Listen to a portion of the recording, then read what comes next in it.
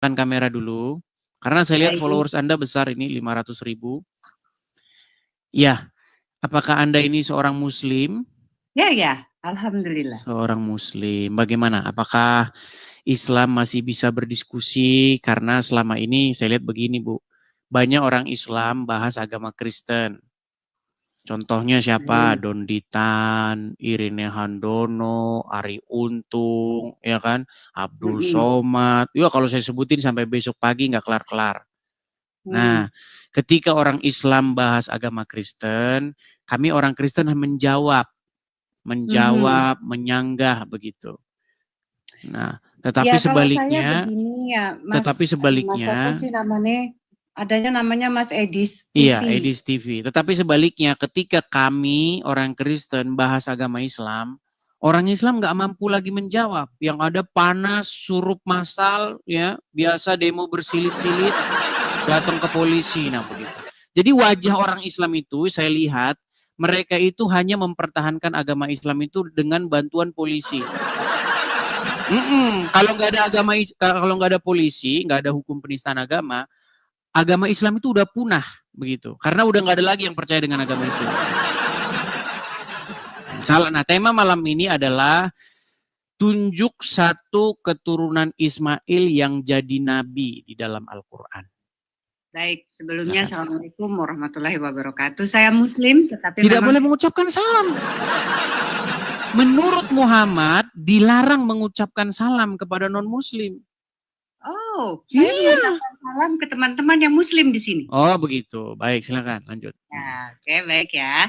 Oke, sebelumnya Mas Edi, saya sendiri kalau berbicara tentang ilmu Al-Quran, mungkin Mas Edi, karena katanya tadi 13 tahun ya. Betul, 13 tahun saya berlama. Ataupun menafsirkan Al-Quran itu sendiri. Luar biasa, terima kasih sebelumnya. Ya, saya sebagai seorang Muslim masih sangat kosong ilmu saya. Tetapi pertanyaan saya belum bisa menjawab ini, Mas. Pertanyaan saya malah saya ingin tahu, yang memberikan statement ataupun yang menulis hal ini, tema untuk malam ini siapa dulu? Saya menulis tunjuk satu keturunan Ismail yang jadi nabi di Quran. Karena orang Islam itu sudah berbohong berjamaah bahwa ada satu keturunan Ismail yang jadi nabi di Quran. Ternyata saya cari dalam Quran, nggak ada keturunan Ismail yang jadi nabi. Oke. Begini ya, kalau saya sendiri kita harus mengartikan arti nabi itu sendiri apa. Oke, arti nabi itu sendiri apa? Baik, jadi ini pertanyaan bagus nih, karena kelihatan Ibu ini cerdas ya, walaupun sayang sekali tidak mengerti agama Islam. Baik. Siapa? Tadi kan sudah mengakui, Ibu sudah mengakui saya seorang awam. Belum begitu fasih, ilmu saya belum begitu tinggi seperti Masnya, tetapi saya meyakini agama saya. Baik. Jadi kalau kita belajar akar sebuah kata atau mencari makna secara etimologi, kata nabi itu kan sudah jadi bahasa Indonesia. Akar katanya sebenarnya asal usulnya berasal dari bahasa Ibrani, dari kata nevi, ya, itu untuk laki-laki. Kalau untuk perempuan, neviah. Jadi nevi itu untuk laki-laki, itu tunggal satu. Tapi kalau neviim artinya nabi-nabi, banyak nabi. Nah, kalau neviah itu perempuan. Artinya apa? Artinya pelihat. Pelihat dalam pengertian dia melihat sesuatu yang disingkapkan, yang akan terjadi di masa lampau. Begitu. Itu arti nabi. Nah, agama Islam itu mengambil kosakata nabi itu, tapi sayang sekali tidak mengerti artinya. Nah, makanya sekarang ketika kita cari akar kata nabi di dalam agama Islam, itu artinya berasal dari kata an-naba, yang artinya dari tempat tinggi.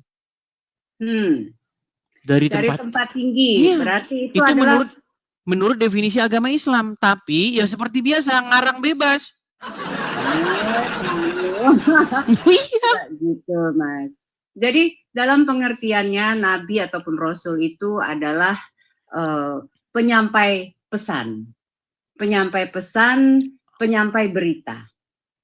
Ya, nah dari kata mana yang Mas tadi sebutkan itu bisa refer dari berbagai macam bahasa. Tetapi yang kita believe, yang kita percaya bahwasanya Rasul ataupun Nabi itu adalah penyampai pesan. Nah, kalau kembali lagi ke topik ataupun subjek yang Mas tulis malam ini, Tuhan menginginkan siapapun yang Dia tunjuk untuk menyampaikan pesan. Betul, tetapi kita kan punya dasar kan? Artinya Tentu. begini. Ini kan peristiwa-peristiwa yang sudah terjadi di masa lampau nih, Bu. Betul? Nah, kita sama-sama, keyakinan kita sama. Tuhan menunjuk siapapun yang Dia tunjuk untuk menyampaikan pesannya. Nah, sebelum kita lebih jauh, karena nanti kalau kita bahas pesannya itu beda. Pesan Muhammad dengan pesan para rasul di dalam Taurat, di dalam Injil itu berbeda 180 derajat. Bagaimana Mas bisa berkata seperti itu? Secara di dalam Al-Quran sendiri, kami mengimani bahwasanya ada kitab-kitab selain dari Al-Quran sebelum Al-Quran. Nah, ini yang jadi masalah. Begini, ketika saya membaca Al-Quran, Bu, ya, yang saya lihat di dalam Al-Quran disuruh beriman kepada kitab-kitab sebelumnya. Ya. Disuruh beriman kepada Injil, disuruh beriman kepada Taurat. Tetapi yang jadi masalah besar adalah di rumah orang Islam sekarang tidak ada dua kitab itu. Tidak ada kitab Taurat dan tidak ada kitab Injil. Yang ada adalah kitab-kitab yang datang sesudah Al-Quran. Kitab yang mengatakan bahwa di surga ada pesta, mohon maaf nih, pesta SEX. Ya kan? Ya, mungkin Ibu sebagai Muslim belum pernah mendengar itu. Mas yang sendiri dapat referensi itu dari mana dulu? Loh, begini, baik. Sebelum ini ya, kita bicara fakta yang nyata. Begini, saya ini punya banyak teman Muslim dan saya sering sekali zaman tahun 2014 sebelum ada TikTok, saya itu datang ke rumah-rumah Muslim.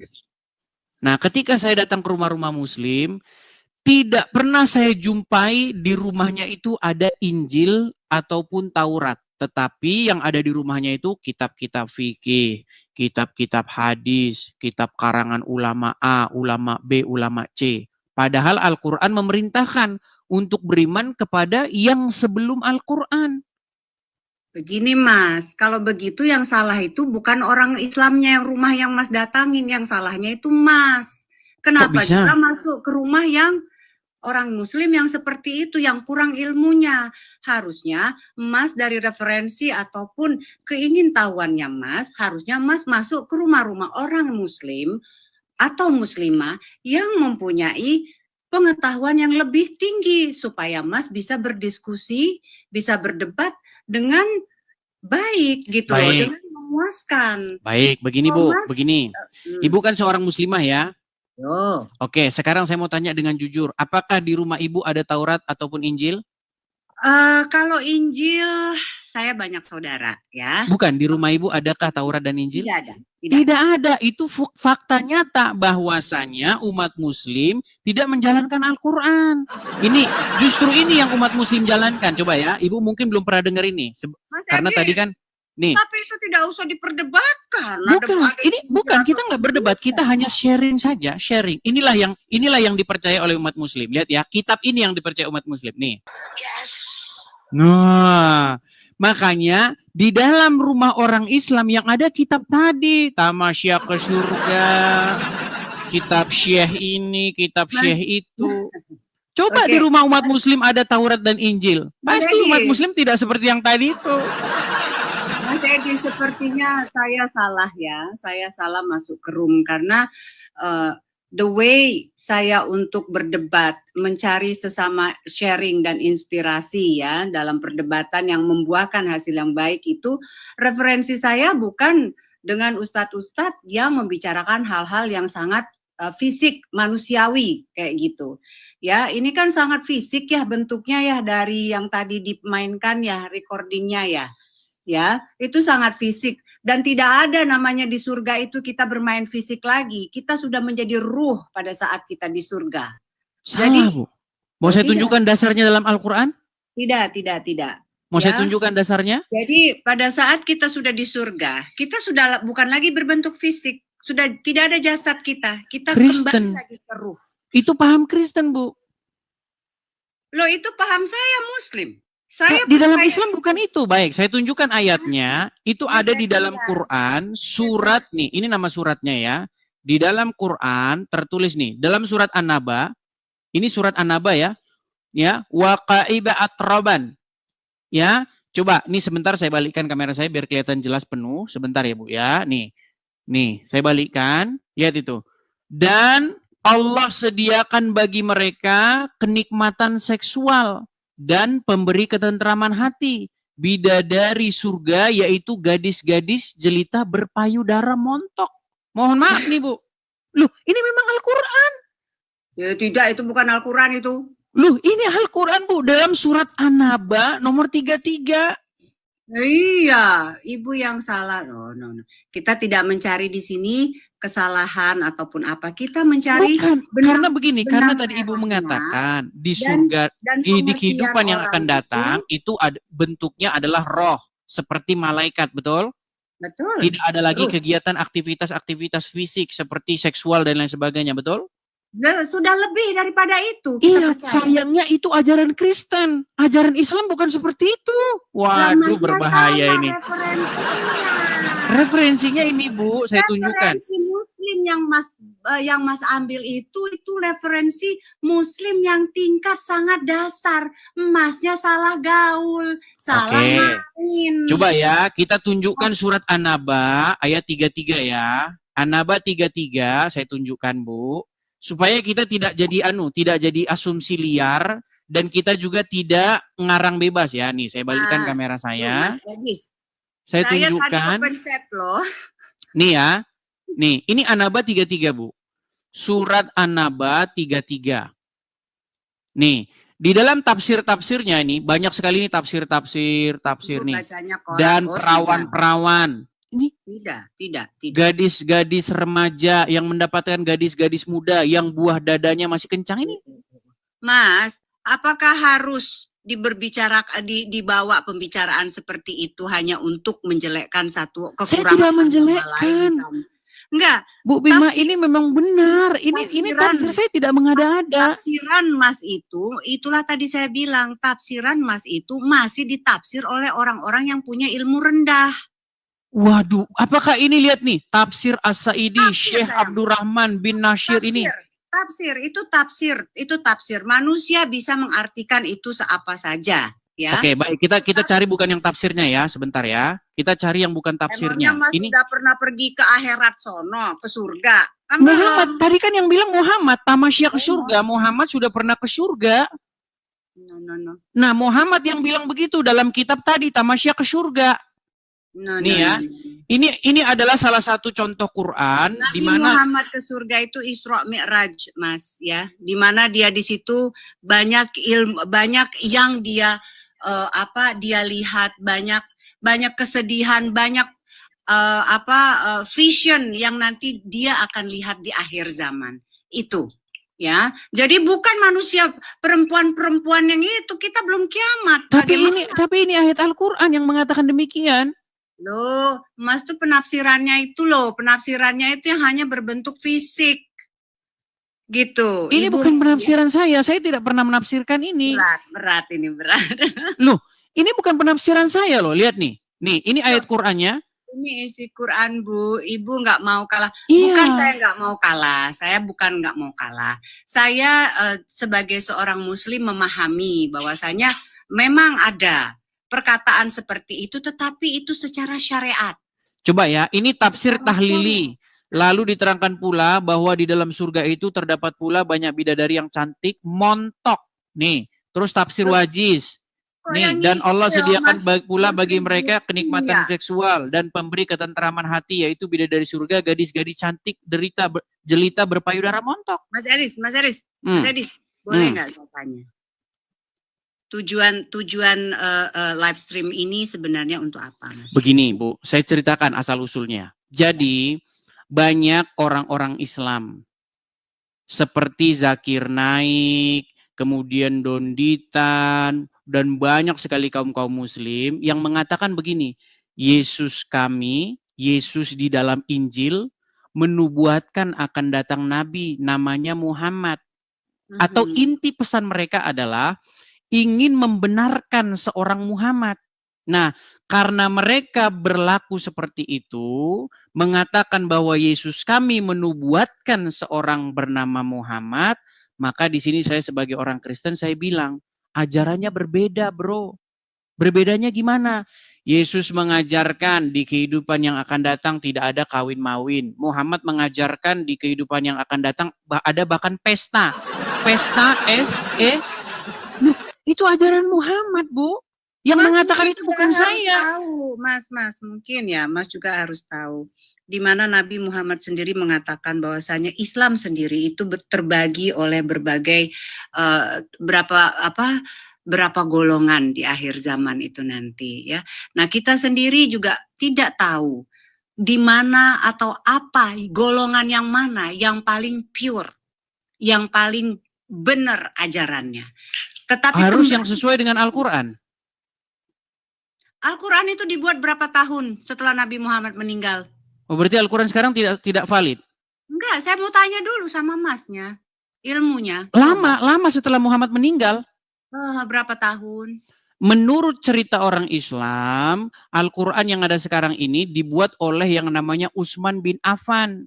Berapa tahun setelah Nabi Muhammad meninggal? Iya, kalau kita belajar secara sejarah sebenarnya Al-Quran baru fix itu tahun 1923 di Kairo, Mesir.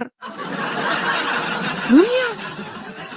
Quran yang sekarang ini teksnya seragam itu baru terjadi tahun 1923. 300 tahun setelah meninggal wafatnya Nabi Muhammad SAW. Ya, taruhlah 300 tahun. Artinya bagaimana kita bisa mempercayai itu sebagai informasi yang valid. Nih, ini contoh ya. Mungkin kan Ibu kan sudah bilang orang yang tidak begitu paham dengan agama Islam. Ini di acara sebuah televisi di Trans TV, seorang ustadz berceramah seperti ini. Perhatikan. Viral ceramah seorang ustadz selebriti Indonesia dalam acara TV agama di salah satu TV swasta di Indonesia yang dengan gamblang menyebutkan soal pesta seks. Acara ini. Oke, saya ini kan videonya langsung saja ya. Videonya langsung nih. Saya udah lihat itu. Iya, enggak, biar teman-teman juga melihat nih. Lihat nih ya, biar teman-teman mendengar. Coba nih. Istiqomah Islam agama. Coba nih, lihat nih. Salah satu nikmat yang ada dalam surga adalah pesta seks. Minta maaf, karena inilah yang kita tahan-tahan di dunia. Inilah yang kita tahan-tahan di dunia. Dan kenikmatan terbesar yang diberikan Allah Subhanahu wa Ta'ala di surga adalah pesta seks.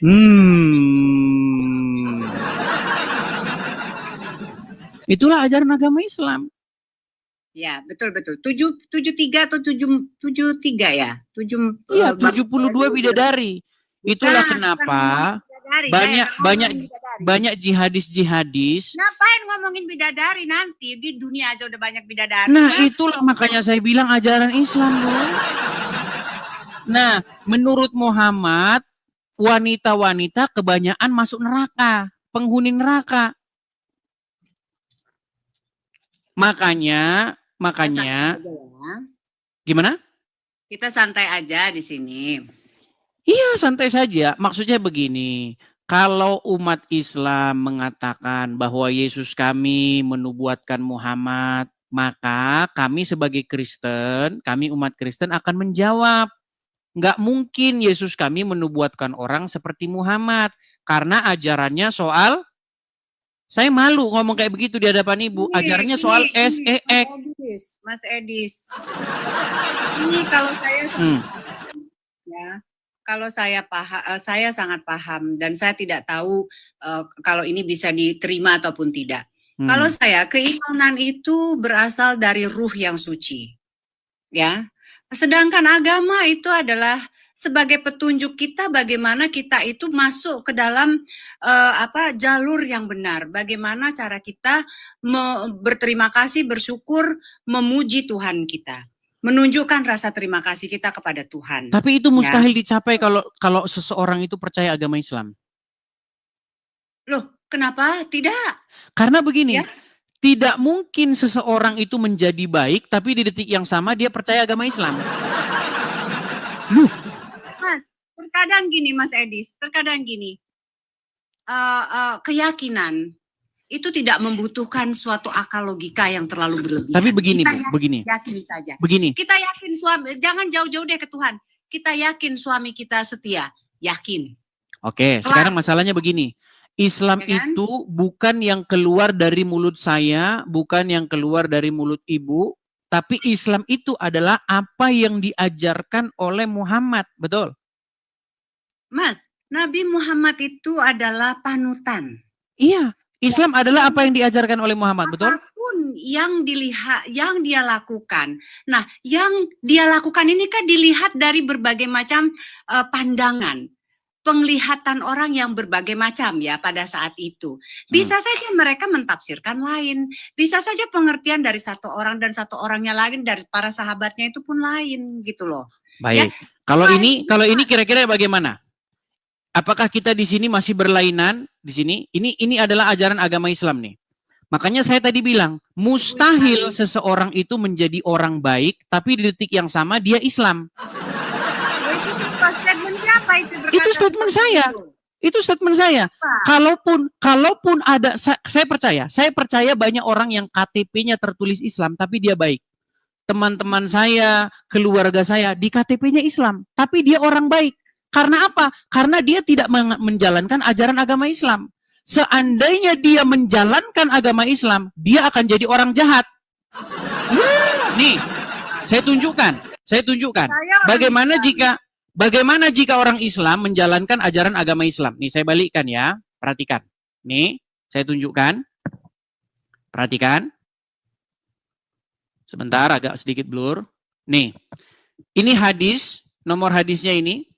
Ya, dari Abu Hurairah radhiyallahu anhu, Rasulullah SAW bersabda, janganlah kalian memulai salam kepada Yahudi dan Nasrani.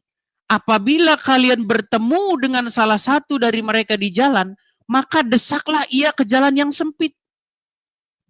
Ini ajaran Islam. Kalau ketemu dengan orang Yahudi, orang Nasrani di jalan, desak mereka, persempitlah jalan mereka. Makanya saya tidak heran kalau ada orang Kristen di jalan, ada orang Islam pasti dibubarin ibadahnya. Makanya saya bilang ini ajaran orang Islam. Makanya saya bilang mustahil seseorang menjadi Islam di detik yang sama dia jadi orang baik. Nggak pernah disuruh gitu, nggak pernah. Oke, ini hadis siapa? Nggak tahu saya itu hadis dari mana. Nah, Hadis makanya aja. tadi saya bilang Bu Bima, yang membuat Ibu Bima masih Islam adalah karena Ibu Bima tidak mendalami agama Islam. Seandainya Ibu mendalami agama Islam, saya yakin besok pagi Ibu tidak jadi orang Islam lagi. Tidak ada. Saya sampai mati tetap akan memeluk agama Saya Islam. maklum karena Ibu tidak memperdalam agama Islam. Kata siapa? Buktinya tadi Ibu sudah mengakui saya masih minim ilmu, betul? Ya kalau ilmu kan kita harus banyak belajar, banyak Iya, artinya Ibu Bima kurang memperdalam agama Islam, betul? Baik. Nah, boleh. itulah sebabnya Ibu masih Islam. Saya percaya Ibu orang baik.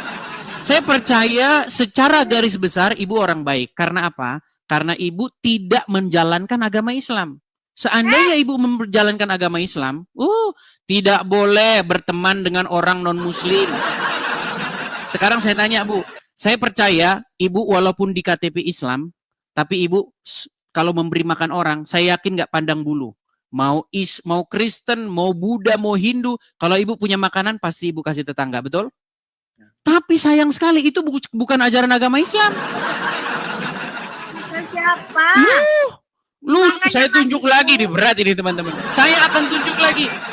Mas itu cari referensinya itu Ustadz nu bener atuh. Ini adalah ajaran agama Islam. Saya tunjukkan lagi hadisnya ya. Aku tidak pernah belajar cak itu. Nah, ini makanya saya bilang kenapa Ibu masih Islam, karena Ibu tidak memperdalam agama Islam. Nih, saya balik kamera saya tunjukkan lagi nih. Ini kalau jadi orang Islam. Mas Edis ini manipulatif ini Mas Edis. Tidak nih, dari hadis riwayat Abu Daud. Ahmad, Ibnu Hibban, Ad-Darimi nih. Ya dikatakan begini, dari Abi Sa'id Al-Qurdi Ya, radhiyallahu anhu bahwa Rasulullah SAW bersabda, janganlah kamu berteman kecuali dengan orang mukmin dan jangan pula seseorang memakan makananmu kecuali orang yang bertakwa. Mas, udahlah, Mas itu makanya kalau memang benar mencari ilmu keislamannya itu, pergilah ke Islam-Islam ataupun tokoh-tokoh ataupun ustadz-ustadz, guru-guru yang memang sudah tinggi ilmunya. Sudah saya lakukan. Ada KT. Sudah Bu, Ibu ini apa nggak pernah dia? baca Al-Quran. Aku ini udah belajar agama Islam itu sangat dalam sekali. Udah KT. Sekau itu Aduh. ngomong sama Sama. biasa baik.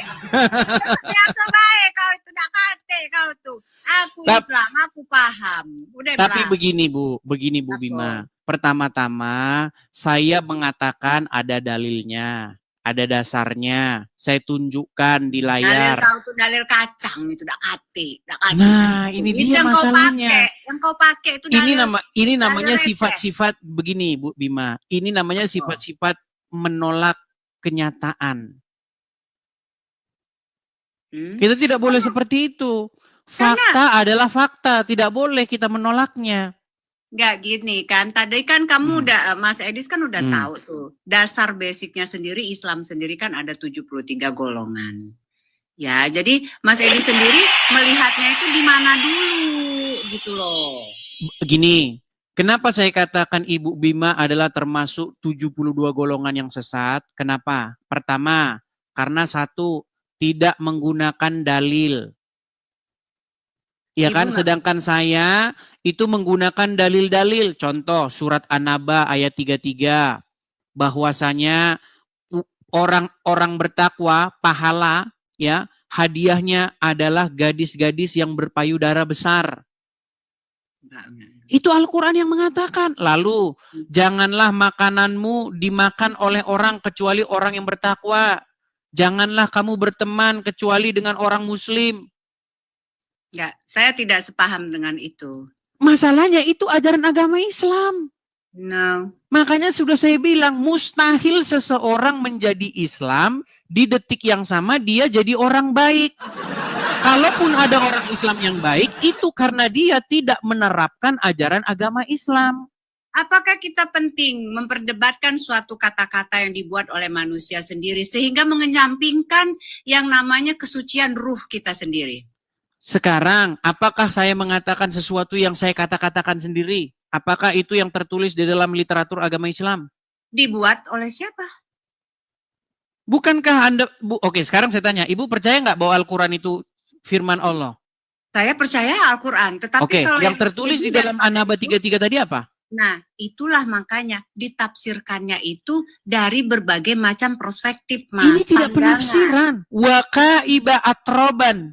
Artinya adalah gadis-gadis yang berpayudara menonjol. Mas Edis itu terlalu cetek pemahaman tafsiran dari Al-Quran itu sendiri. Secara gini, Mas, kalau kita itu ibaratnya sudah menjadi ruh, apakah masih kita pandang itu yang kayak gunung-gunung apa tadi Mas bilang itu? Itulah ajaran agama Kristen. Nih, ada satu dialog antara Yesus dengan orang-orang Saduki. Jadi ada satu sekte dalam agama Yahudi, yaitu orang-orang Saduki. Orang-orang Saduki itu tidak percaya dengan kebangkitan orang mati. Kalau orang sudah mati, sudah selesai hidup ini, nggak ada kebangkitan. Nah, orang-orang Saduki dalam tanda kutip, mereka mengejek Yesus dengan pertanyaan begini. Guru adalah seorang wanita. Dia memiliki suami, kemudian suaminya meninggal. Nah, kemudian dia mengambil suami lagi, suaminya meninggal lagi. Mengambil lagi, sampai 7 kali. Lalu perempuan itu pun mati. Pada hari kebangkitan nanti, siapakah yang menjadi suami dari perempuan itu? Sebab dia telah bersuamikan 7 orang. Apa kata Yesus? Kamu betul-betul sesat. Karena pada waktu hari kebangkitan, orang tidak kawin dan dikawinkan, melainkan hidup seperti malaikat di sorga. Orang tidak kawin lagi. tubuhnya tidak membutuhkan lagi makanan untuk bisa hidup, tetapi dibangkitkan dengan tubuh yang baru. Nah, sedangkan di dalam ajaran agama Islam, lanjut. Loh, bahkan ceramah, ada ceramah dari satu ustazah, ceramahnya sangat viral dan fenomenal. Apa dia bilang? Di hari surga besok, Bu, ya, jangankan pangeran-pangeran, suami orang pun tidak apa-apa. Itu ajaran ustazah yang sangat viral. Mungkin sebenarnya nggak harus jadi ustazah itu saya kali ya. Nah, makanya coba tanggapi dulu itu ustazah yang lagi viral. Dia bilang apa? Jangankan pangeran, kata dia, dengan logat Minangnya. Jangankan pangeran, suami orang pun nggak masalah kalau mau. Itu surganya Islam. Turunin Bang, bosen katanya. Udah disuruh-suruh saya. Gimana kira-kira? Boleh kita lanjut lagi besok atau bagaimana? Oh, nggak masalah. Saya tadi juga sebenarnya agak menarik sih ilmu ini ya. Sharing ini gitu kan, debat ini gitu kan. Tetapi yang ingin saya sampaikan di sini kalau saya sendiri secara pribadi ya Mas ya. Banyak juga yang menghujat saya karena saya tidak menggunakan hijab ya, ataupun saya memakai hijab. Bagus, hijab itu tidak ada dalam Al-Quran. Nggak ada, hijab itu tutup kepala, nggak ada. Saya 13 tahun memperdalam agama Islam, ya, 100 kali lebih saya membaca Al-Quran, tidak saya temukan pengertian hijab itu artinya tutup kepala. Yang dihijabi itu ini, dada ke bawah. Karena zaman dulu perempuan-perempuan itu tidak pakai atasan, mohon maaf, tidak pakai atasan.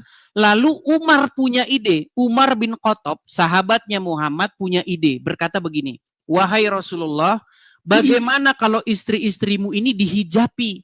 Hijab itu artinya penutup badan, bukan penutup kepala. Hijab ya, sebagai penutup kepala makanya, itu.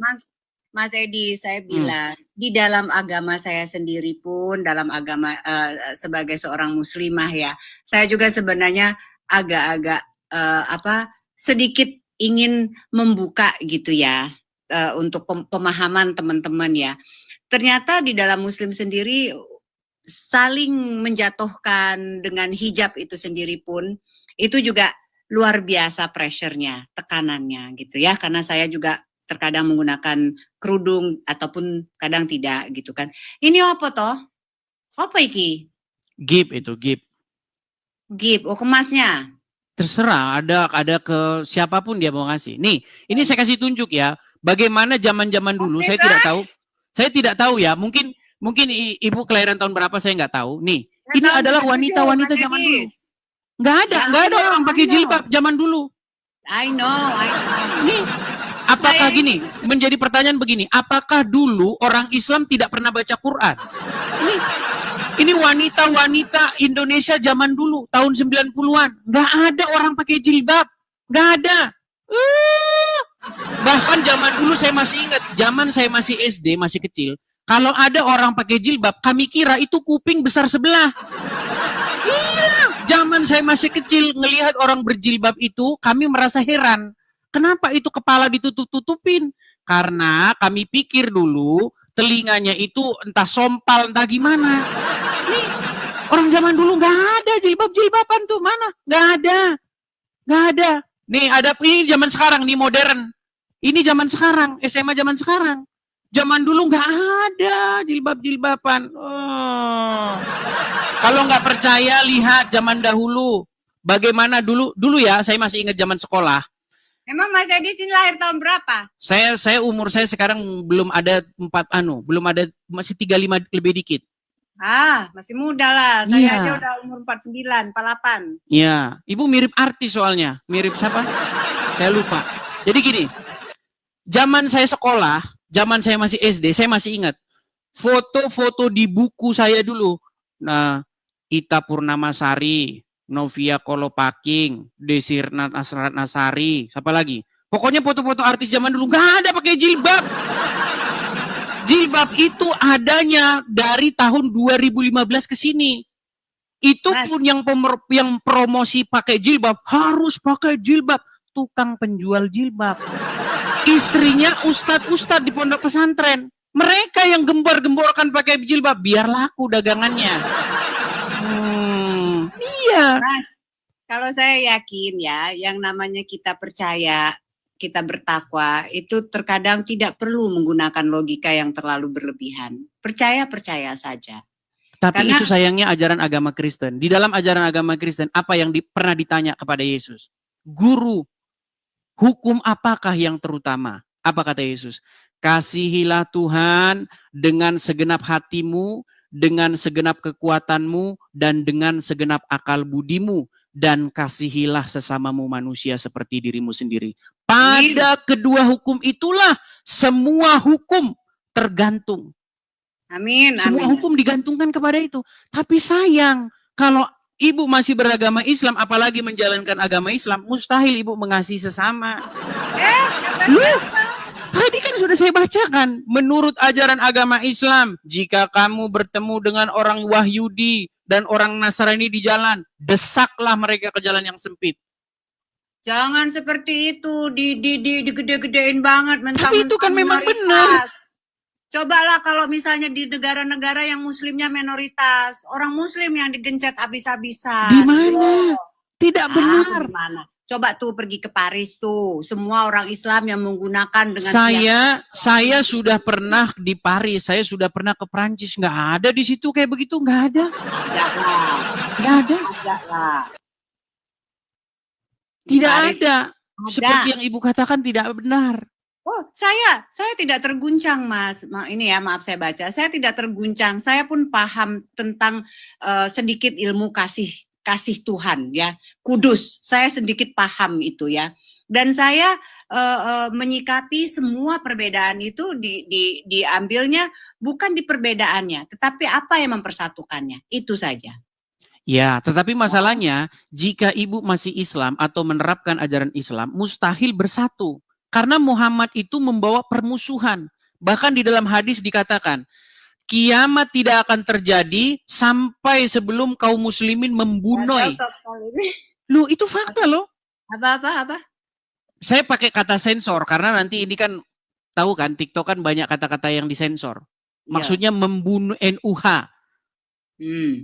Ada hadisnya, kiamat tidak akan terjadi sampai kaum muslimin membunuh orang-orang Wahyudi. Makanya ajaran agama Islam ini sebenarnya ajaran kebencian kepada kaum Wahyudi. Loh, tidak ada itu. Nah, saya mengatakan begitu, saya nggak berani asal-asal loh. Saya itu mengatakan begitu karena ada dasarnya. Nih, saya tunjukkan lagi hadisnya ya. Nih. Kiamat tidak akan terjadi sehingga seorang muslim itu membunuh orang-orang Wahyudi. Nih, saya tunjukkan lagi. Udah, Mas itu ngambil referensinya itu di tempat yang salah. Lihat ya. Lihat nih. Nih, artinya ini sabda Rasulullah nih. Hari kiamat belum akan terjadi sampai kaum muslimin memerangi bangsa Wahyudi. Mereka diserang oleh kaum muslimin hingga bersembunyi di balik batu dan pohon. Namun batu maupun tumbuhan itu berkata, wahai kaum muslimin, wahai hamba Allah, di belakangku ada Wahyudi, kemari dan bunuhlah dia, kecuali pohon gorgot. Nih, jelas. Kecuali pohon gorgot, karena mereka adalah pohonnya Wahyudi. Makanya banyak orang-orang muslim yang sangat merindukan yaumil akhir. Mereka akhirnya apa? Dibunuh orang-orang Wahyudi. Ajaran kebencian, Bu. Ini kok pada sibuk banget ngomongin 27K. Ini kenapa? Karena saya ada di sini jadi 27K gitu. Tidak juga.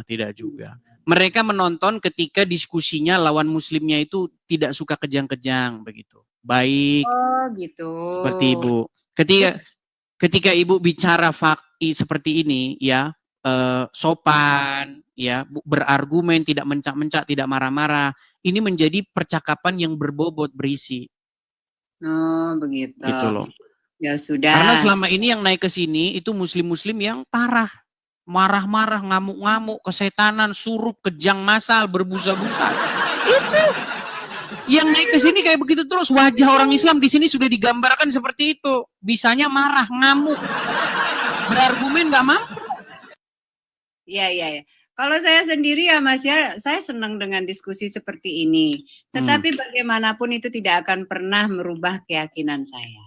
Ya, gini, artinya tidak mungkin membalikkan semudah membalikkan telapak tangan. Ibu sudah dari kecil, sudah dididik bahwa Islam itu agama yang benar, begini-begini. Tidak mungkin membalik itu mudah sekali. Pasti nanti ada yang namanya proses. Proses berjalan, nanti ibu akan mendalami sendiri, baca sendiri. Makanya kalau seorang menjadi muslim, maka dia lambat laun akan mirip seperti Muhammad. Karena Muhammad suri tauladan. Loh, di dalam agama Islam, Muhammad itu contoh, sampel, contoh suri tauladan terbaik.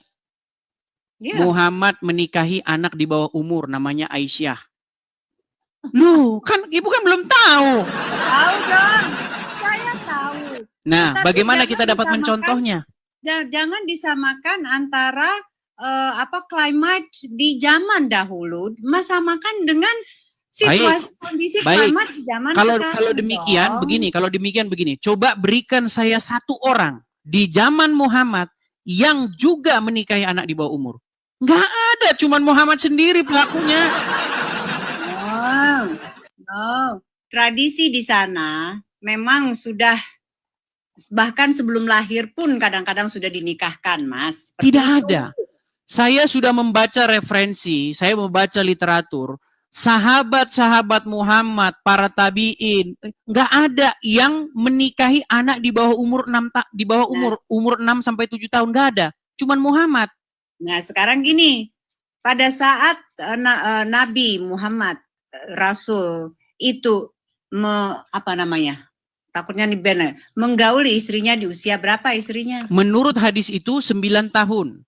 Dinikahi umur 6 tahun dan digauli pada waktu berumur 9 tahun. Nah, 9 tahun itu zaman dulu, Mas. Bapak saya umur 14 tahun udah jadi tentara. Ya, apakah dia menggauli anak umur 6 tahun? 9 tahun? No, you don't get what I mean ya. Bapak saya 14 tahun udah jadi tentara di zaman perang. Iya, ya? Pada zaman saya tahu, pada zaman Jepang, pada zaman Belanda, karena tidak punya tentara, kekurangan kita itu kekurangan tentara, makanya pasukan-pasukan yang waktu Nippon datang, mereka mengerahkan pemuda-pemuda dari umur 14 tahun pun sudah dikerahkan jadi tentara. Pasukan peta itu. Saya itu kan ingin menyamakan pada saat itu usia 12 tahun di zaman dulu dan di zaman sekarang itu beda. Iya, kalau 12 tahun, tapi ini 9 tahun. 9 tahun tuh kelas 2 SD. Lu tadi Mas sedangkan umur 12 tahun itu udah kelas 6 SD. Tadi Masnya bilang digauli itu di usia 12 tahun. Bukan, 9 tahun. Aisyah digauli oleh Muhammad ketika Aisyah itu bermain-main boneka. Makanya saya bilang betapa gawatnya dunia ini kalau orang mencontoh Muhammad. Loh, saya bilang fakta loh, tapi ketika saya mengatakan fakta begini, umat Islam marah dengan saya. Coba, jika ada seorang laki-laki berumur 55 tahun menggauli anak umur 9 tahun, dijemput polisi, Bu. Datang. Unit PP ini, perlindungan anak. Ya sudahlah, itu kan zaman dahulu, Mas. Nah, makanya saya bilang begini, Bu, yang harus dijadikan contoh suri tauladan itu haruslah Yesus, supaya hidup kita itu benar dan baik. Makanya menjadi Kristen itu kuduslah kamu sebab aku kudus. Sedangkan menjadi seorang Islam menjadi seperti Muhammad. Betapa bahayanya kalau orang jadi seperti Muhammad. Aku diperintahkan untuk memerangi manusia sampai mereka harus. Loh, ada hadisnya. Ada hadisnya loh. Kalau enggak darah dan harta mereka tidak terpelihara. Mas itu katanya udah 13 tahun baca Al-Quran. Masa tidak menemukan keindahan dari situ? Ketika saya dengar dari umat muslim yang awam-awam, yang unyu-unyu, memang begitu. Islam itu indah, rahmatan lil alamin. Casingnya. Tapi ketika saya badalami, nih saya kasih contoh lagi ya. Nih, jikalau seorang muslim mencontoh Muhammad, inilah yang terjadi, Bu. Lihat ya, perhatikan nih. Di dalam Sunan At-Tirmizi nomor sekian-sekian nih, 2531. Apa dikatakan di sini nih? Perhatikan ya. Nih. Nih, Rasulullah Shallallahu alaihi wasallam bersabda, "Saya diperintahkan untuk memerangi manusia hingga mereka mengucapkan tidak ada Tuhan yang berhak disembah selain Allah. Apabila mereka mengucapkannya, maka mereka telah menghalangiku untuk menumpahkan darah dan merampas harta mereka." Nih, kalau orang nggak ngucapin syahadat sama Muhammad, darah dan hartanya tidak terpelihara dari Muhammad dan para pengikutnya. Ini hadisnya. Saya tidak mengada-ngada loh. Ini semua dalilnya ada ketika saya berbicara. Saya tidak berpijakan pada hadis 100%, Mas. Nah, berarti ini yang saya bilang sulit. Tapi tidak apa-apa, itu proses kok. Saya tahu itu proses. Proses apa? Proses meninggalkan agama Islam. Iya, karena memang pada akhirnya nanti kalau kita betul-betul mendalami, nanti kita waktu tidur malam-malam pikirkan, sebenarnya kita ini mau kemana? Dari mana asal usul manusia ini? Kemana manusia ini pergi? Ya kan? Ya, kalau saya sih punya keyakinan bahwasanya saya ini dari ruh. Ruh itu adalah dari Tuhan dan akan kembali ke Tuhan. Dan di dalam agama Islam tidak boleh sembarangan berbicara tentang ruh. Bahkan Muhammad tidak diberikan pengetahuan tentang ruh. Loh, saya tunjukkan. Ada dalilnya di dalam Quran. Dulu, Aidah, udah. Mas itu belajar Islam mana dulu? Islam cetek, Mas dalamin terus Mas cari perbedaan-perbedaannya. Sama no. Baik. Saya ketika berbicara itu tidak asal-asal berbicara. Di dalam Quran surat Al-Isra ayat yang nih, saya balikin ya kamera saya ya. Saya balikin lagi kamera saya. Ini kalau saya ngomong tuh ada dalilnya semua. Tidak pernah saya asal-asalan ngomong. Nih. Saya perbesar dulu. Dalil lah. Nih. Dan mereka bertanya kepadamu Muhammad tentang ruh. Katakanlah, ruh itu termasuk urusan Tuhanku. Sedangkan kamu diberi pengetahuan hanya sedikit. Orang Islam nggak tahu tentang ruh. Itu Islam mana dulu? Ini Al-Quran, surat Al-Isra. Mas, di dalam Al-Quran itu sendiri dikatakan bahwasanya pada saat nanti kita kembali, kita itu akan berupa ruh. Tidak ada ayat yang demikian. Yang ada adalah Muhammad diberitahu, kalau ada orang bertanya tentang ruh kepadamu, bilang, aku tidak diberi pengetahuan melainkan hanya sedikit. Nah, terus manusia itu menurut Mas punya nyawa itu apa? Nah, di dalam ajaran agama Islam tidak diajarkan seperti itu. Yang ada itu di dalam ajaran agama Kristen. Aduh. Nggak ada, aduh. Tapi kita jadi kejauhan ini bahasan kita ini. Tapi intinya maksudnya gimana? Nyarinya itu, referensinya itu di tempat yang benar, jangan di tempat yang cuma cetek-cetek gitu ilmunya. Oke, di mana saya harus memperdalam agama Islam? Abdul Somad sudah saya undang datang kemari. Pak Abdul Somad, jangan biarkan umat Muslim setiap hari di sini menjadi menjadi samsak hidup. Pak Ustadz Adi Hidayat, tolong datang kemari. Ayo diskusi dengan saya. Naik ke komal saya. Datang ke sini cukup dengan memencet tombol di HP Anda. Anda sudah datang ke sini. Tidak perlu repot-repot. Saya tahu Abdul Somad nggak soalnya ke Singapura aja dia ditolak. Abdul Somad tuh ke Singapura aja dia ditolak, tidak diterima. Masih cari misalnya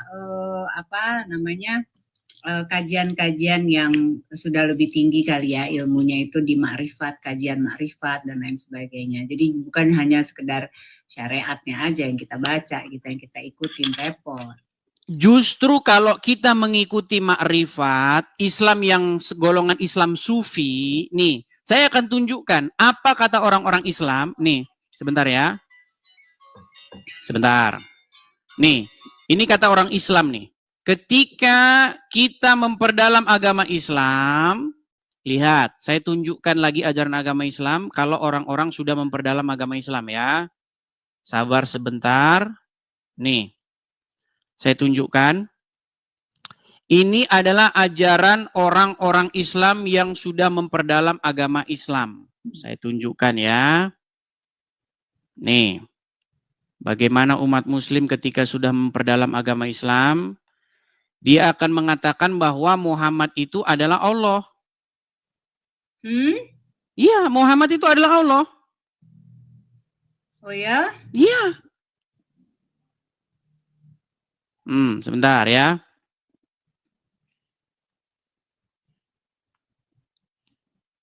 Sebentar gimana? Nih, saya tunjukkan. Nih, lihat, dengarkan. Muhammad itu juga yang bernama Allah. Allah namanya Muhammad wujud. Jelas? Ya. Bukan Muhammad jadi Allah. Allah itu cuma nama. Wujudnya itu adalah Muhammad. Rupanya Jadi insan itu sebenarnya Muhammad. Muhammad itu sebenarnya wujud Allah. Wujud Allah. Asat. Ini asat 3 in 1. Jangan bahasa keluarnya nanti. Mas Edis. Oke. Terima kasih banget. Sama-sama, Bu. Apa itu namanya? Sudah tadi mengaccept ya. Dan ya semoga gini deh Mas Edis, kalau boleh saya titip, lebih baik kita mengedepankan kesamaan, jangan seharusnya itu yang saya ingini, supaya Islam bahas agama Islamnya, Kristen bahas agama Kristennya. Tapi yang terjadi orang Islam bahas agama Kristen terus. Ya. Oke. Semangat ya, oke Mas Edis. Terima kasih Bu Bima, selamat malam. Selamat malam. Ya, itulah teman-teman ya, ketika Anda naik ke sini, bagus, baik, saya akan tanggapi. Tapi orang Islam datang ke sini marah, kejang, emosi, suruh. Ya, teman-teman ya, sudah ada 28.000 orang menonton secara langsung di TikTok saya ya. Silahkan, saya mengundang orang-orang muslim yang memiliki ilmu atau kapasitas untuk membahas agama Islam.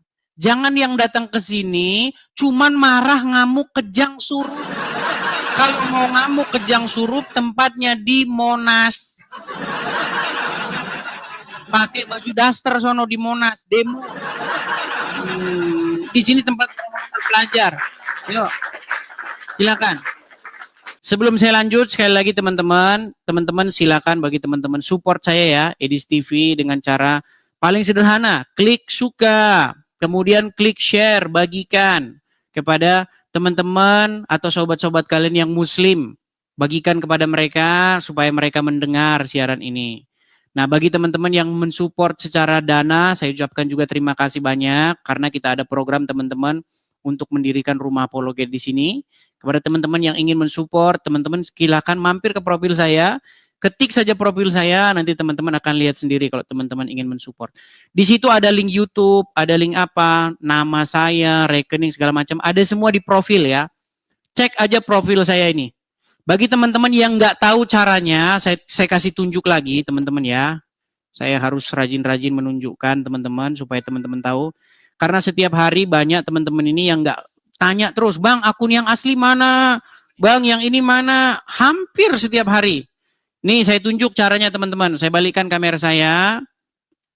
Lihat ya teman-teman ya. Nih caranya begini. Klik Edis TV di pencarian.